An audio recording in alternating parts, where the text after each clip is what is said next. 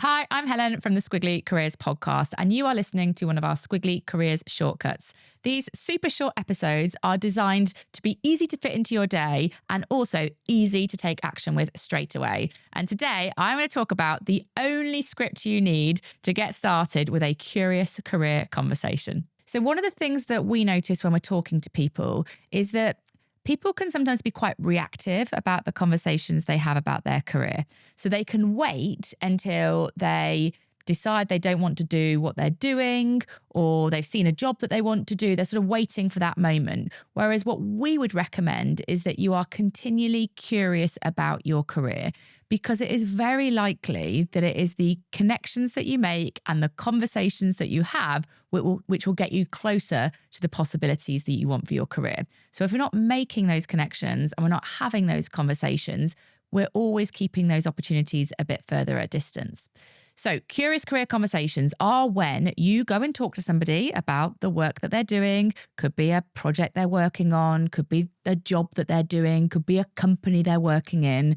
And your only aim in the conversation is to learn about them, the company, the work. You're not necessarily coming away with any actions. You're not really making any asks. You're just going in with the intent to learn.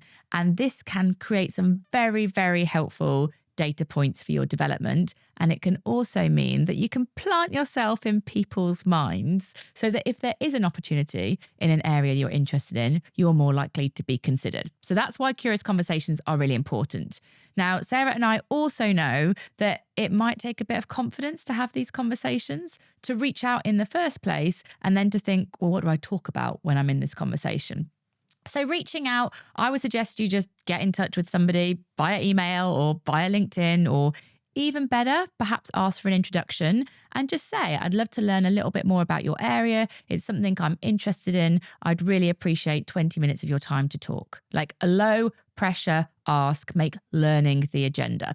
And then they're very likely to say yes if you're very specific about that ask. So you're going to go into the conversation. And there are 3 questions that are going to help. Clearly, you can ask more than 3 questions, but if you're feeling a bit nervous and you've not done this before, it's helpful to start with a bit of a script. So question number 1, I would always start with, can you tell me a bit about a day in your work life? The reason this is a good question to start with is people generally quite like talking about themselves. So it gets rid of any awkwardness or weirdness or nervousness straight away. And what you are listening out for when they are responding to that question is, does a day in their work life sound like a day that you would like to do? And we often make assumptions about what people spend their time on, so this can challenge some of their assumptions. Now, clearly, you don't need to tell them. You don't need to say, gosh, that sounds awful. That's not for me. You're going to keep that learning to yourself, but it's a good question to get started with. Second question, I would always ask something about strengths. It might sound like, what are the strengths that you use most in your role? Or what are the talents that you think you need to be brilliant in that particular position? But something about strengths. Now, the reason that you want to ask that question is because in your mind, you're thinking, does that job need what I want to be known for?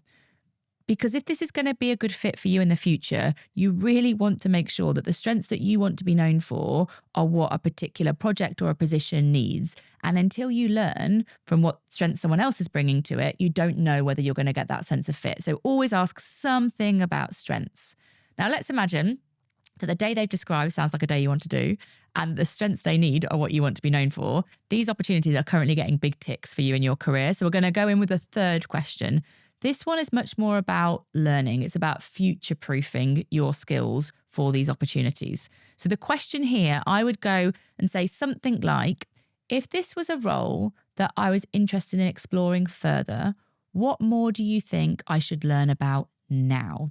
And understanding that helps you to proactively spot skills, experiences, areas of knowledge that are useful for you to invest in now, so that when these opportunities are available to you, you've already got that knowledge that you need. And in the course of the conversation, not only are you building a better connection with the person that you're talking to, who might have access and influence over the areas you're interested in, you're also getting the insight into, is this a good fit for me? And sometimes you'll have those conversations and you'll realize it isn't a very good fit for you. And sometimes it might be the perfect fit for your future, but it's the conversations that unlock the insight and the connections that are going to get you closer. So I really hope that this has inspired you to go and schedule a curious career conversation, and that you're going to be a bit more confident now about how to structure that conversation, and that you're going to get an awful lot of learning from it.